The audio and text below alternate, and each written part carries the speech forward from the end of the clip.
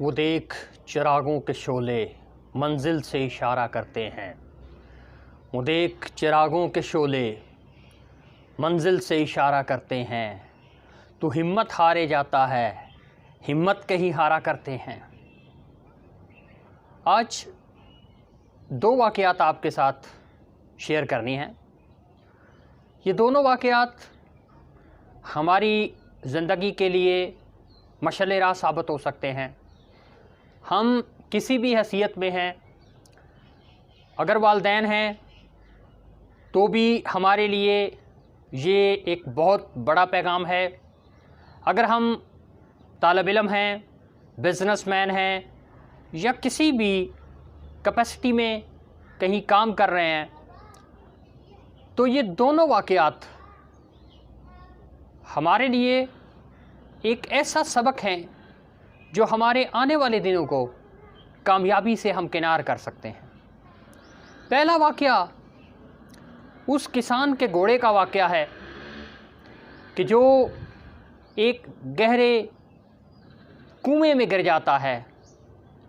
अब ये उस दौर की बात है कि जब ये मशीनरी नहीं थी, ऐसी सहूलियात नहीं थी। किसान गांव जाके बताता है कि मेरा घोड़ा जो है वो इस तरह कुएं में गिर गया है। अब गांव के लोग मिल के उसके साथ आते हैं और कोशिश करते हैं उस घोड़े को कुएं से बाहर निकाला जाए। अब ये मामला जारी है, लेकिन बड़ी तगोदो के बाद, बड़ी अनथक कोशिशों के बाद घोड़ा कुएं से बाहर नहीं निकल सकता। अब लोग किसान को कहते हैं कि बाबा जी छोड़ें, ये घोड़ा तो अब निकलने से रहा, बेहतर यही है कि इस घोड़े पर हम मट्टी डाल देते हैं और इस गड्ढे को, इस कुएं को बंद कर देते हैं, ताकि किसी और का घोड़ा इस तरह से या कोई और जानवर गिरकर नुकसान ना उठाए। अब बाबा जी उनकी बात मान लेते हैं। वो बूढ़ा किसान बेचारा उनकी बात मान लेता है और लोग मिलकर उस कुएं में मट्टी डालना शुरू कर देते हैं। अब यहाँ पर आप देखें कि जो मट्टी डालने वाले हैं उनका मकसद कुएं को बंद करना है, मुस्तकबिल के किसी भी ऐसे नुकसान से बचना है। अब वहाँ पर जो घोड़ा है वो क्या करता है, जैसे लोग मट्टी डालते हैं वो घोड़ा मट्टी झाड़ के और थोड़ा सा ऊपर हो जाता है।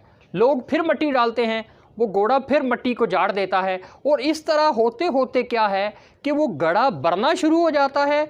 और वो जो घोड़ा है वो अपने उस अमल से वो ये समझता है कि शायद ये मुझे बाहर निकालने का कोई तरीका है, और वो अपने आप को वो मट्टी झाड़ने का तरीका मसलसल जारी रखता है। और लोग भी ये देखकर हैरान रहते हैं कि जैसे जैसे कुआं बढ़ता जा रहा है उसी तरह घोड़ा भी ऊपर आता जा रहा है।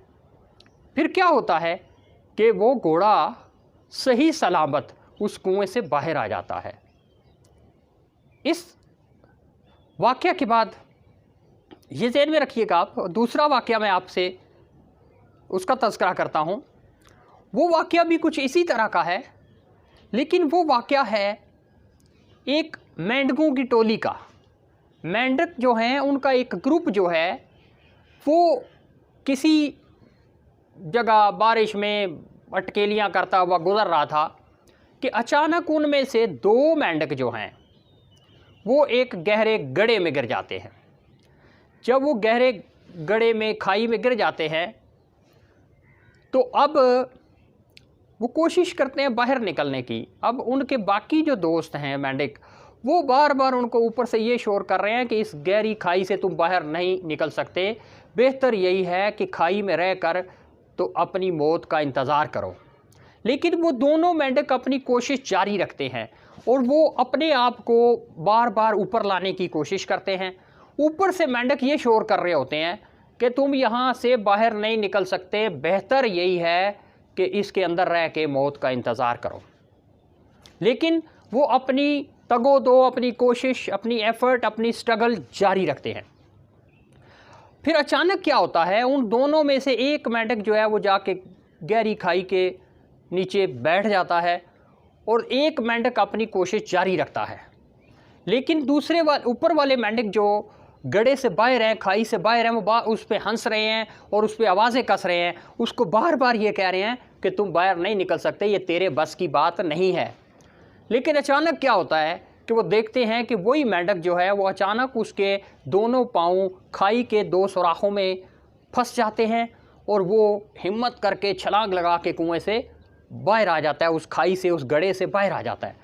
अब जैसे वो बाहर आ जाता है तो ऊपर वाले जो मेंढक हैं वो तमाम तालियां बजा रहे होते हैं।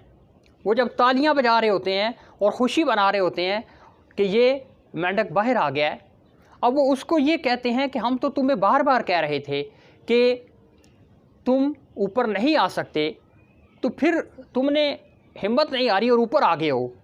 तो वो कहता है कि खाई में गिरने की वजह से मेरे सर पर शदीद चोट आई जिससे मैं बहरा हो गया, तो मुझे तुम्हारी बातें सुनाई नहीं दे रही थी। अब मैंने तुम्हारी बोलने के अंदाज से जो आपकी लिप मूवमेंट है उससे मैंने ये देखा, ये समझाऊं कि तुम ये कह रहे थे कि मैं कुएं से बाहर नहीं आ सकता। अब ये दो वाक़यात जो हैं ये हर शख्स की ज़िंदगी के लिए बड़े ज़रूरी हैं, हर शख्स की ज़िंदगी का अहाता किए हुए हैं। यानी जो पहला वाक़या हमें ये बताता है कि बाज़ औक़ात ऐसा होता है कि लोग जो हैं वो आपको दफन करना चाह रहे होते हैं, आपको बंद करना चाह रहे होते हैं, और आपके लिए वही तरीका, वही सिलसिला, उनकी तरफ से वो तरीका जो कि आपको दफन करने के लिए वो इख्तियार करते हैं, वो आपकी कामयाबी का ज़रिया बन जाता है और आप गहरे कुएं में गिरे हुए उस घोड़े की तरह उससे बाहर निकल आते हैं।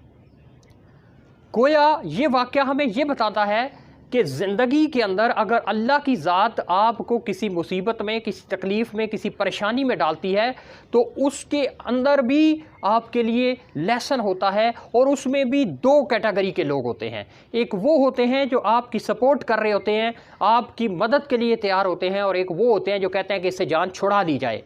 फिर अल्लाह रब्बुल इज़्ज़त की ज़ात उस वक़्त भी आपके साथ खड़ी होती है, वो आपकी मदद के लिए तैयार होती है। अब ये आप पे डिपेंड करता है कि आप उन चैलेंजेस को, उन मुश्किलात को, उन पत्थरों को किस तरह अपने लिए अपॉर्चुनिटी में कन्वर्ट करते हैं, अपने लिए किस तरह फ़ायदेमंद बनाते हैं। जिस तरह वो घोड़ा जो है जब उस पर मट्टी डाली जा रही थी, इसलिए डाली जा रही थी कि उस घोड़े को दफन कर दिया जाए, उस कुएँ को बंद कर दिया जाए ताकि मुस्तकबिल में कोई नुकसान ना हो। लेकिन वो घोड़ा उस मट्टी जो अपने ऊपर डाली जा रही है उसमें दफन होने की बजाय वो ऐसा तरीका इख्तियार करता है कि उसको झाड़ता है और ऊपर आता जाता है, झाड़ता है और ऊपर आता जाता है। यही इंसान की ज़िंदगी है कि इंसान ने भी देखना है कि चैलेंजेस जो हैं, जो मुश्किलात हैं, जो मसाइब हैं, जो अलाइम हैं, जो रुकावटें हैं, वो किस तरह उसने उनको अपने लिए अपॉर्चुनिटीज़ में कन्वर्ट करना है, किस तरह से उन ज़राए को अपने लिए फ़ायदेमंद बनाना है और मुश्किलात के गड़े से बाहर निकल आना है। उसने मायूसियों के गड़े से किस तरह बाहर निकल आना है। हौसला अफजाई करना सीखे, मायूसियाँ फैलाने वाले पहले ही बहुत हैं।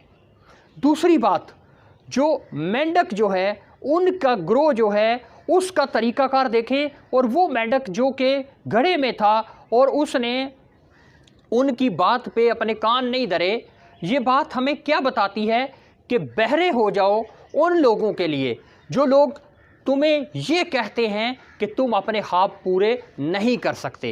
कई दफ़ा ऐसा होता है कि आपको कई ऐसी आवाज़ों को अपने कानों के लिए ख़त्म करना पड़ता है जो आपको, आपके हौसले को तोड़ने के लिए होती हैं।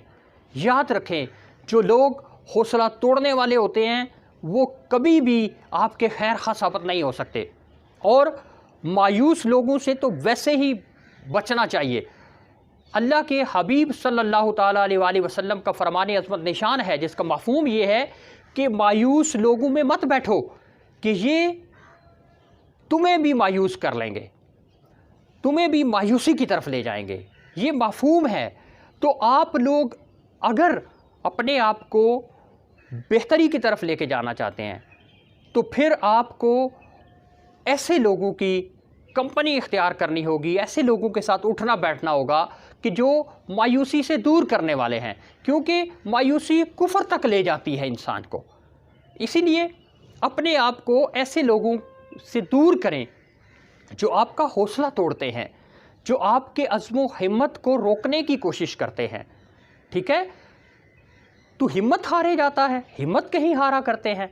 बहरे हो जाओ उन लोगों के लिए जो ये कहते हैं कि तुम अपने ख्वाब पूरे नहीं कर सकते। लेकिन इसके लिए आपको हिम्मत की ज़रूरत है, आपको अज़्म हौसले की ज़रूरत है, आपको मेहनत की ज़रूरत है, आपको लगन की ज़रूरत है। यानी ये सिर्फ़ किताबी बातें नहीं हैं, आपको अपनी स्ट्रगल को जारी रखना है।